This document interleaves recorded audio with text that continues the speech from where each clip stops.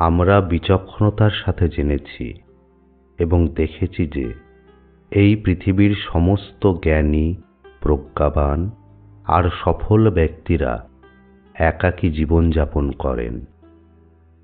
অথচ একা শব্দটা শুনলেই আমাদের মনে কতগুলো ছবি ভেসে ওঠে। একা মানে নির্জনতা, একা মানে উদাস, একা মানে অন্যদের সাথে কোনো রকম সম্পর্ক নাই। একা মানেই কেমন যেন আনন্দহীন, দুঃখী জীবন। কিন্তু সবটাই আমাদের মতিভ্রম, আমাদের সম্পূর্ণ ভুল ধারণা। তাহলে একা মানে কি? জীবনে যে কোনো চরম সফলতার সাথে একাকিত্বের কি সম্পর্ক? আজকের ভিডিওটি শেষ পর্যন্ত দেখুন। আপনার মনের সব প্রশ্নের উত্তর পেয়ে যাবেন। বারিন্দিনগরের রঘুনাথ, বয়স 27। সংসার পরিবার নিয়ে দিন কাটছিল তার। দীর্ঘদিন ধরে রঘুনাথ ব্যবসার কাজে যুক্ত থাকলেও বিশেষ কোনো উন্নতি হয়নি তার। যত দিন যাচ্ছে ব্যবসা আর পরিবারের জটিল সমস্যায় জড়িয়ে পড়ছিল রঘুনাথ। সমস্যা আর কোলাহলময় জীবনে কোনো রকম শান্তি ছিল না তার। সবথেকে বড় দুশ্চিন্তা, বাজার থেকে চড়া সুদে মোটা অঙ্কের অর্থ ঋণ নিয়ে কিছুতেই পরিশোধ করতে পারছিল না রঘুনাথ। দিশাহারা জীবনে আশার আলো দেখালো তার শুভাকাঙ্ক্ষী এক বন্ধু। বন্ধু বলল, রঘুনাথ, আমি জানি তুমি একজন সৎ এবং পরিশ্রমী মানুষ। তোমার জীবনে এত সমস্যা থাকতে পারে না। আমার মনে হয় তোমার চলার পথে কোথাও ভুল হচ্ছে। তুমি একবার বারেন্দির উপত্যকায় বৌদ্ধ আশ্রমে অতি বৃদ্ধ সন্ন্যাসী ভিক্ষু ভান্তে প্যালের সাথে দেখা করো। সে অতি জ্ঞানী এবং প্রজ্ঞাবান মানুষ। আশা করি তোমার সমস্যার সমাধান হবে। বন্ধুর কথা মতো রঘুনাথ চলল ভান্তে প্যালের সাথে দেখা করতে। বৌদ্ধ মঠে এর আগে সে কোনোদিন আসেনি। একদম নির্জন, যেন নিজের শ্বাস প্রশ্বাসের শব্দ শোনা যাচ্ছে। পাখির ডাক আর শীতল হাওয়ায় কিছুক্ষণ অপেক্ষা করতে থাকল রঘুনাথ। আরো কিছুক্ষণ পরে সে দেখতে পেল দূরে একজন যুবক সন্ন্যাসী একা একা গাছের নিচে পড়ে থাকা আপেল কুড়িয়ে একটা ঝুড়িতে রাখছে। রঘুনাথ সেই সন্ন্যাসীর কাছে গিয়ে বলল, ওহে যুবক সন্ন্যাসী, ভিক্ষু ভান্তে প্যালের সাথে দেখা করতে চাই আমি। সন্ন্যাসী হাসি মুখে শুধু হাত দিয়ে ইশারা করল। রঘুনাথ দেখতে পেল বেশ অনেকটা দূরে নির্জন হ্রদের ধারে একজন খুব বৃদ্ধ সন্ন্যাসী পদ্মাসনে বসে শান্তভাবে এক দৃষ্টিতে হ্রদের গভীর নীল জলের দিকে তাকিয়ে বসে আছে। দূর থেকে দেখে মনে হচ্ছে ঠিক যেন পাথরের মূর্তি। রঘুনাথ কাছে গিয়ে প্রণাম জানাতেই বৃদ্ধ সন্ন্যাসী ভান্তে প্যাল ইশারা করল তার পাশে বসার জন্য। রঘুনাথ বলল, হে মহান সন্ন্যাসী, আমি রঘুনাথ। আমি আমার জীবনের অনেক বড় একটা সমস্যা নিয়ে আপনার শরণাপন্ন হয়েছি। বৃদ্ধ সন্ন্যাসী কিছুক্ষণ মৃদু হেসে বলল, প্রতিটা মানুষের জীবনে সমস্যা আছে। সমস্যা ছাড়া মানুষ সম্পূর্ণ নয়। রঘুনাথ বলল, কিন্তু আমার সমস্যাটা একেবারেই অন্য ধরনের। সংসার, পরিবার, কর্মক্ষেত্র সর্বত্রই অশান্তি। মাথার উপরে চড়া সুদের ঋণ, ব্যবসা প্রতিদিন অবনতির দিকে দৌড়াচ্ছে। মাথার ভিতরে হাজারো দুশ্চিন্তা। সমস্যার কোলাহলময় জীবনে কোনো রকম শান্তি নেই আমার। গুরুদেব, আমি একটু শান্তি চাই। অনেকক্ষণ চুপ থাকার পরে বৃদ্ধ সন্ন্যাসী খুব শান্তভাবে বলল, তোমার সব সমস্যার সমাধান একটাই, একা থাকতে শেখো। সম্পূর্ণ একাকী জীবনযাপন করো। আগামী 2 মাসের মধ্যেই জীবন বদলে যাবে। চিরশান্তিতে বিরাজ করবে তুমি। রঘুনাথ প্রণাম জানিয়ে বিদায় নিল। সেই দিন থেকে বৃদ্ধ সন্ন্যাসীর কথা মতন একা থাকতে শুরু করল রঘুনাথ। বাড়িতে স্ত্রী, বাবা, মা কারোর সাথে কথা বলতো না ঠিকভাবে। আলাদা ঘরে থাকতো সে। এমন ব্যবহারে বাড়ির লোকজন আরো সমস্যায় পড়ল। ব্যবসার ক্ষেত্রেও ক্রেতাদের থেকে এড়িয়ে যেত, কথা বলতো না। ফলে ক্রেতারা মুখ ফেরালো কিছুদিনের মধ্যেই। বন্ধু বান্ধবদের সাথে দেখা করাও বন্ধ করে দিল রঘুনাথ। কিন্তু এমন একাকী জীবনযাপনে সমস্যা আরো ভয়ঙ্কর বেড়ে গেল। পরিবারের সবাই আতঙ্কিত। ব্যবসার পরিস্থিতি প্রায় শূন্য।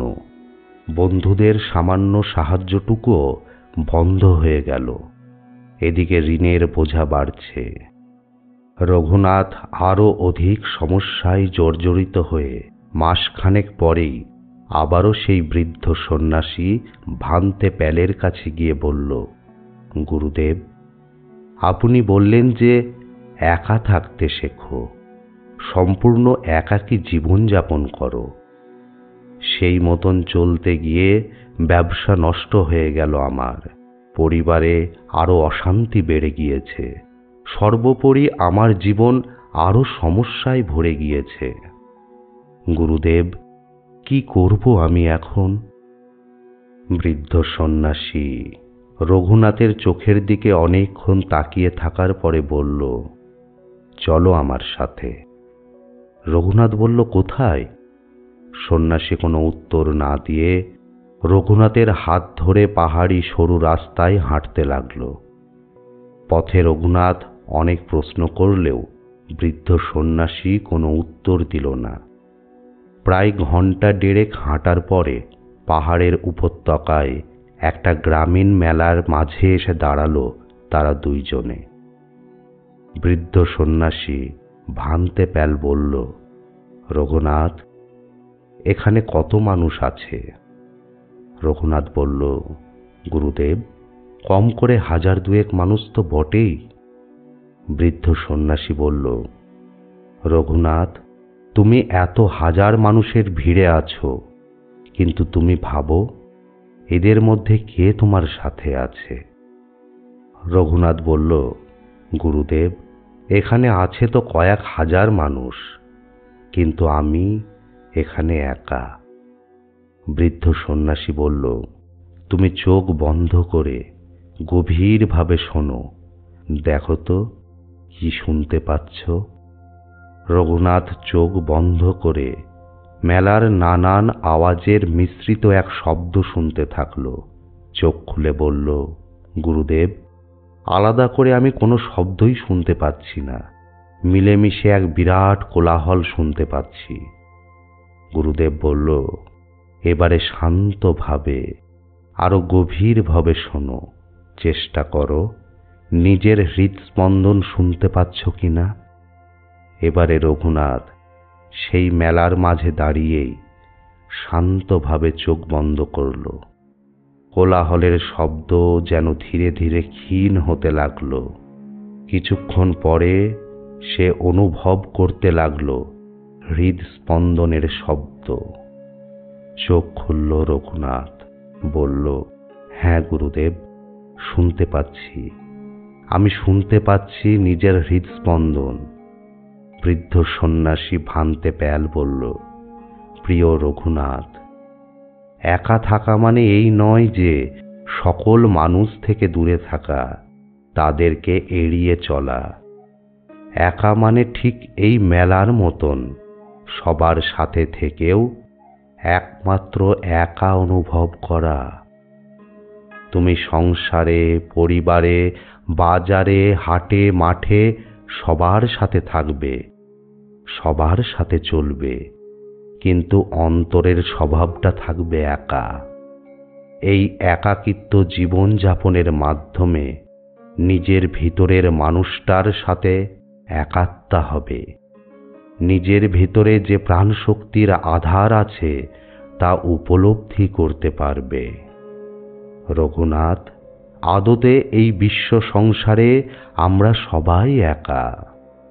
শুধু মায়া আর প্রত্যাশার বন্ধনে অন্ধ হয়ে যাই আমরা। আমরা ভাবি কত মানুষ আমার সাথে আছে, কত মুহূর্ত আমার সাথে আছে, কত সম্পর্ক আমার সাথে আছে, কিন্তু আদতে এই আমি একাই। এই একাকী ভাবের যত বিকাশ ঘটবে, তুমি তত নিজেকে জানবে, নিজেকে চিনবে, আর তখনই মনোসংযোগ হয়ে উঠবে অটল। এই অটল মনোসংযোগ যার আছে, সে তার জীবনে যে কোনো কর্মে সফল। কারণ তখন তার সব কর্ম শুধু কর্ম নয়, কর্মযোগে পরিণত হয়। সংসার, কর্মক্ষেত্র, সামাজিক প্রাধান্যতা সবেতেই সে সফলতার পরম শীর্ষে বিচরণ করে।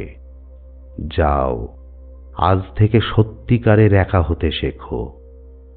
রঘুনাথ নিজের ভুল বুঝতে পেরে গুরুদেবকে প্রণাম জানিয়ে বাড়ি ফিরে আসলো।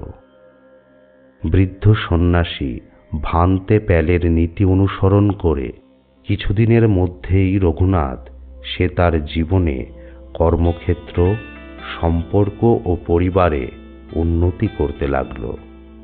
1 বছরের ভিতরেই জীবনের সব সমস্যার সমাধান করে শান্তিপূর্ণ জীবন যাপন করতে লাগলো।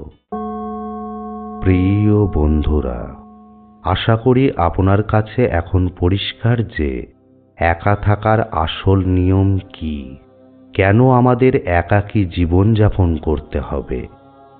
জীবনের সফলতার পরম মার্গে পৌঁছাতে হলে আপনিও এখন থেকে সবার সাথে, সবার মাঝে থেকেও একা থাকার চেষ্টা করুন। কর্মযোগী হয়ে উঠুন। সকলের মঙ্গল হোক। ধন্যবাদ।